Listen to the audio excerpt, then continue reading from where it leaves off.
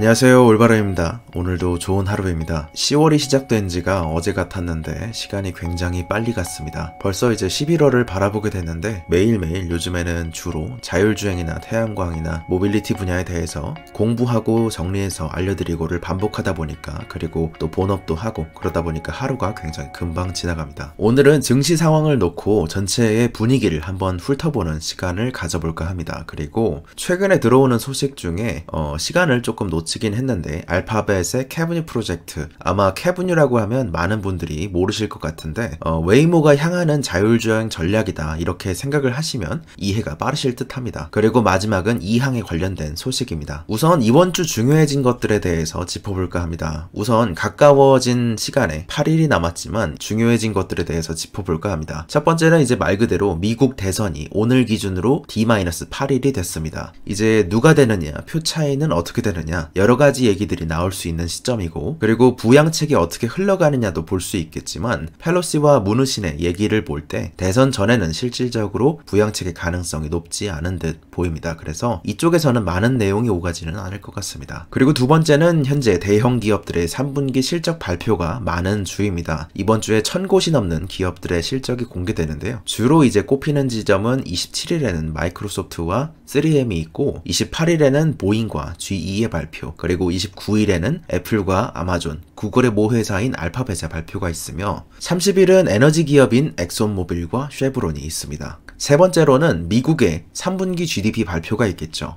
2분기가 마이너스 31.4%를 기록했습니다. 이후에 3분기에는 31.8% 혹은 31.9% 정도까지 예상이 되고 있는데, 이건 제가 예상하는 게 아니라 이제 리서치 하시는 분들이 다 예상을 해서 컨센서스를, 이런 합의를 내놓은 겁니다. 워낙에 하락폭이 크다 보니까 내년쯤에야 아마 정상적으로 회복하지 않을까 싶습니다. 그리고 목요일 실업수당 청구 건수가 나오지만 이에 대해서는 이제 최근에는 사실 여러분들도 잘 아시다시피 영구적인 일자리 손실이 따른 것으로 그렇게 드러나는 만큼 이것은 좀 서브로 보게 되지 않을까 합니다. S&P 500의 어닝에 대해서 지금 27% 정도 공개가 된 상황입니다. 현재까지 공개된 바로 증시의 전체적인 느낌은 어떤지 알아볼까 합니다. 일단의 어닝 성과를, 스코어보드를 보자면 이렇습니다. 3분기에 S&P 500의 27%가 현재 실제 수익을 보고를 했는데요. 공표된 기업들 중 84%가 긍정적으로 이제 어닝 서프라이즈를 기록을 했고, 그런데 만약 이 상태로 최종의 비율이 지금 그대로 유지가 된다면 S&P 500 기준 높은 수준으로의 어닝 서프라이즈를 기록한 셈이 될 것 같습니다. 금리가 낮아짐에 따라 평균적으로 대략 2년 후 정도를 바라보게 된 주가를 보이고 있죠. 그래서 후행 EPS 기준으로는, TTM 기준으로는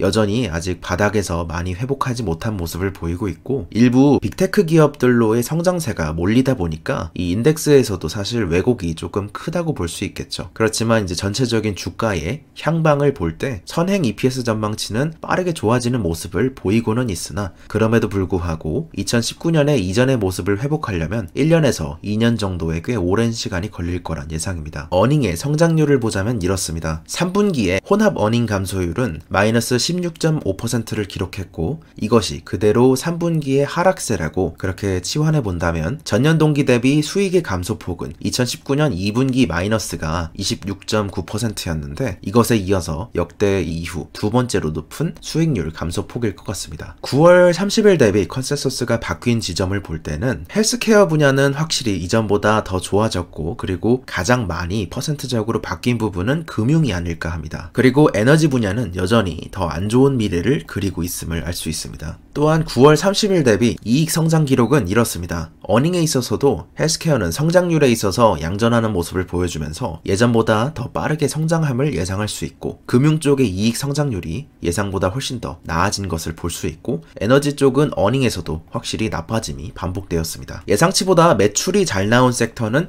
필수 소비재, 그리고 헬스케어, 그리고 소재 산업, 이쪽이 주로 예상치를 완전히 앞서갔고, 전체적으로는 앞서가는 듯 보였으나 부동산과 유틸리티 쪽은 기대에 크게 못 미치는 성적을 내보였습니다. 그리고 수익 측면에서 예상보다 잘 나왔던 부분은 헬스케어와 소재가 반복되었고, 여기서는 매출은 안 좋았으나 어닝 쪽에서는 예상치보다는 조금 더 좋은 모습을 보여줬으며, 이것은 이제 예측치보다 좋은 것이기 때문에 실제의 값은 조금 이 상황과 다를 수 있습니다. 인덱스 밸류에이션으로 보자면 선행 EPS 퍼는 21.7배로 이제 상회하는 그런 기록인데요. 아무래도 저성장 저금리 시대를 맞이해서 전체적인 자산군별 기대 수익률이 다 낮아짐에 따라 생기는 현상이라는 의견들도 있고, 그럼에 따라 레이 달리오도 필수 소비재 쪽도 은근히 채권의 대안이 될 수 있다 이런 말들을 했던 이유기도 하겠죠. 또한 S&P 500의 전체의 펀은 상당히 높은 수치를 기록하고 있음을 다시 한번 차트에서도 볼 수 있었고, S&P 500 전체의 펀은 상당히 높은 수치를 보였으나 주로 빅테크 기업들이 있는 지역에서 왜곡을 보였고, 필수 소비재나 금융, 헬스케어 지역은 10년 평균, 5년 평균에 비해서 PE가 아직까지 변동률로 볼 때 큰 변동은 없었음을 알 수 있었습니다. 다만 이제 이 모든 소식을 한번 마디 지으면서 전체적인 시장에 대한 내용들을 알려드리는 것일 뿐, 어떤 투자의 스타일에 대해서는 여러분들도 각자의 선호에 따라 생각하시기를 권해드립니다. 이제 저 같은 경우는 5년이나 10년 미래를 보고 투자하는 지역들이 많다 보니까 지금의 입장에서는 크게 신경 쓰지 않는 점들이 많습니다. 그래서 좋은 기업들에 집중을 하시는 것을 저는 그렇게 하고 있는데, 포트폴리오상의 안전성을 위해서 또 분산하고 있는 저는 그렇게 하고 있습니다. 그래서 투자를 위해서는 어쨌든 100명이면 100명의 생각이 다 다른 만큼 여러분들도 여러분만의 이런 현상이 있다, 그것에 대해서 해석하시는 영역에 있어서는 자유로움이 존재할 것 같습니다. 그리고 알파벳이 주도하는 자율주행의 방식에는 웨이모를 통한 차량적 접근과 맵데이터적인 접근이 있고, 그리고 V2X를 위한 인프라적 접근이 있을 수 있습니다. 그리고 이 인프라적 접근에는 캐브뉴 사업을 지금 꼽을 수 있을 것 같은데요. 미시간에서 디트로이트와 앤 아버까지를 연결하는 사업인데, 웨이모는 상대적으로 상당히 안전함을 추구하고 대도시권에서는 접근 가능한 그런 방식을 보이고 있습니다. 이는 이제 알파벳이 그리는 다양한 접근 방법 중 적당한 사례를 캐브뉴가 보여줄 것 같은데요. 이에 대해서는 9월과 10월 사이에 있었던 내용들을 제가 업데이트 해왔습니다. 해당 사업은 이제 모르시는 분들을 위해 간단히 설명을 드리자면 40마일짜리 어떤 통로라고 하죠. 커리더라고 하던데, 총 개발사는 알파벳의 자회사인 스마트시티를 연구하는 사이드워크 랩스라는 데에서, 거기에서 이제 분사한 사이드워크스 인프라스트럭처 파트너스의 자회사로서 캐브뉴가 나왔습니다. 그러니까 알파벳 밑에 사이드워크 랩스가 있고, 그 밑에 파트너스가 있고, 그 밑에 캐브뉴가 있는, 이런 식으로 제가 알고 있습니다. 이 캐브뉴는 공동 프로젝트인데요. 파트너는 GM, 포드, 토요타, BMW, 웨이모,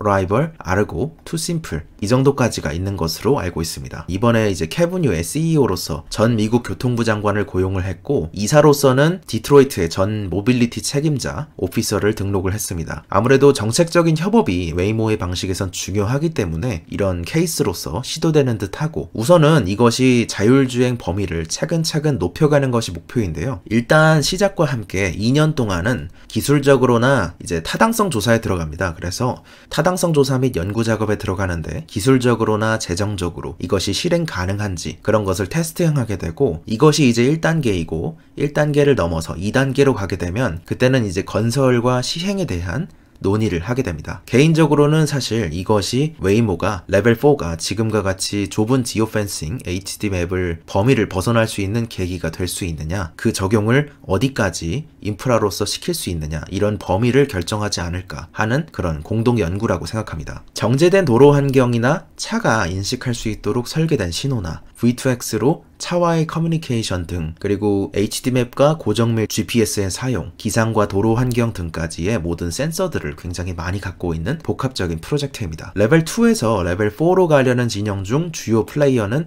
테슬라와 모빌아이를 꼽을 수 있을 것 같고, 그리고 모빌아이가 내놓은 솔루션인 GM의 슈퍼크루즈도 뭐 어떤 팬심이나 이런 걸 빼고 객관적으로 볼 때 훌륭한 편입니다. 그리고 바로 레벨 4로 가려는 진영 중 주요 플레이어는 주로 이제 이 두 기업이 많이 꼽히고 있죠. 근데 보시면 아시겠지만 GM은 특이하게 레벨 2에서 3까지의 솔루션은 슈퍼크루즈 사례를 볼 때 모빌아이의 솔루션을 쓰고 있고, 레벨 4로 바로 쏘아 올리려는 쪽에서는 크루즈의 솔루션을 쓰고 있는 입장 같습니다. 사실 두 가지 접근 방법 중 어느 쪽이 성공할지 모르니까 둘 다 가져가려는 것인지, 아니면은 모빌아이의 솔루션을 쓰다가 크루즈 걸로 바꾸려는 것인지, 뭐 이런 것은 알 수 없으나, 이제 이게 개인 투자자 입장에서는 리스크 해칭이므로 어디 쪽이 성공하더라도 괜찮은 것인데, 기존의 오토메이커로서는 출혈이 커서 이게 오래 갈 수 있을까, 이런 것에 대한 그런 생각이 있습니다. 그 외의 소식 중에 GM과 관련해서 하나 때를 놓쳐서 못 전해드렸던 소식 중에 하나는 올해 5월쯤에 GM의 임원이 도심 주행이 가능한 솔루션 지금의 이제 FSD 베타 같은 그런 솔루션에 대해서 슈퍼크루즈 팀을 얘기하면서 슈퍼크루즈 팀 외에 자체적인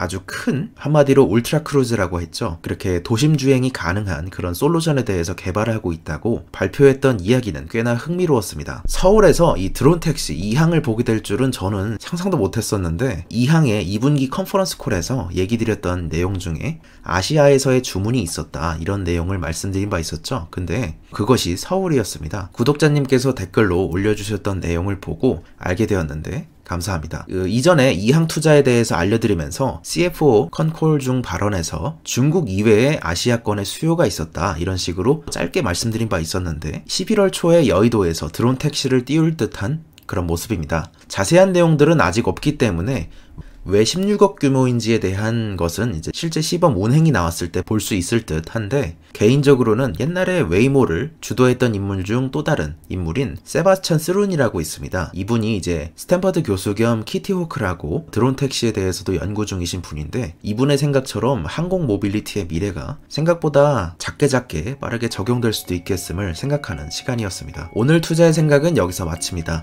오늘도 좋은 하루 되시기 바랍니다. 감사합니다. 올바른이었습니다.